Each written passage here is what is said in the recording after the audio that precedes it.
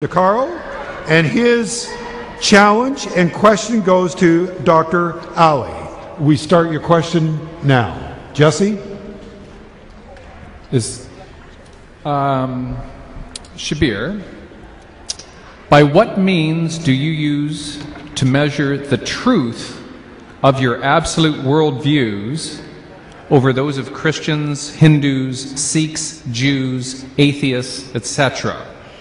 If your account of reality is closer to the truth than either Dr. Costa's or mine and everyone else in the world who are not Muslim, where is your reality measuring stick which would convince all of us here tonight that what you are saying is absolutely true?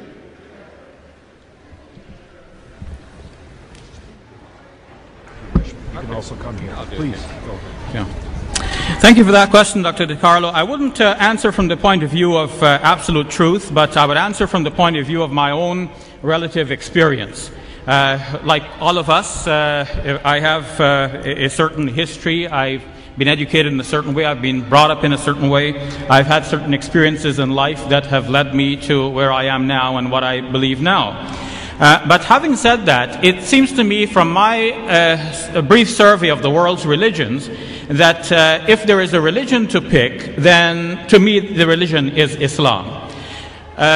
Going outside of the religious sphere and to think about atheism and other non-beliefs that are out there, or non-theistic beliefs that are out there, again I believe that Islam makes sense. Some of the problems Dr. DiCarlo mentioned here today with regards to belief in God, knowledge of God and His omnipotence, His benevolence and so on, I do not see these to be problems in the Islamic conception of faith in God.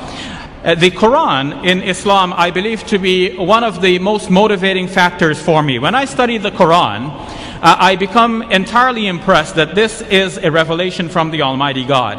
One of the things that confirm this for me in modern times is noticing that there are certain mathematical patterns in the Quran that go beyond the mere meaning of the text. And this is a modern discovery. Prior to the age of the computer, we were not able to do these studies on the computer. Some people have done studies like this with regards to the Bible. There was Ivan Panin, and more recently Michael Drosnin and Jeffrey Satinover.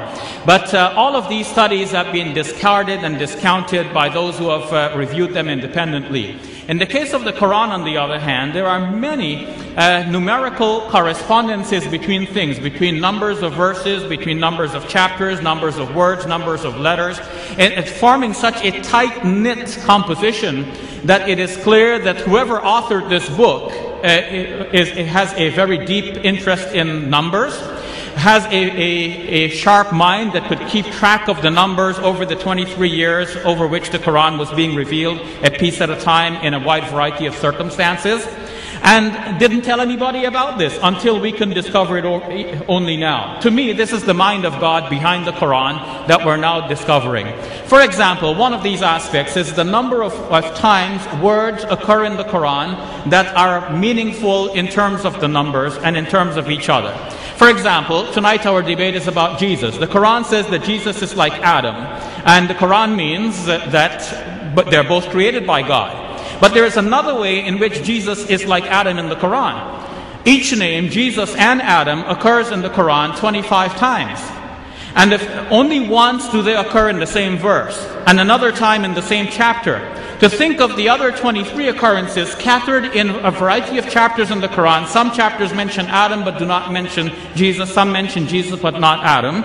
And to keep count of the Prophet now reciting a piece at a time over 23 years in a variety of circumstances, how does he remember how many times he said Adam and how many times he said Jesus? More than this, the Quran mentions man, rajul, 24 times, and imra, a woman, also 24 times. The Quran mentions Satan, an angel. Satan 68 times, angel 68 times as well. The Quran contrasts this life with the life hereafter. Dunya in the Quran occurs 115 times. Akhirah, the life hereafter, also 115 times. What accounts for this phenomenon? What are the chances that you pick up a book, any book, and you ask yourself, how many times does this book mention the word day? Now, any book will tell you that there are 365¼ days in a year. Now, and every child almost knows that. But what are the chances that the book mentions the word day exactly 365 times? The chance is very remote. The Quran does precisely that. If one were to count the word yawm in Arabic without any suffixes in the Quran, it occurs exactly 365 times. This is one part of a larger phenomenon in which we see that the Quran measures things. Things are measured in the Quran, and the Quran actually draws attention to this. The last verse of the 72nd chapter says that God has measured everything numerically.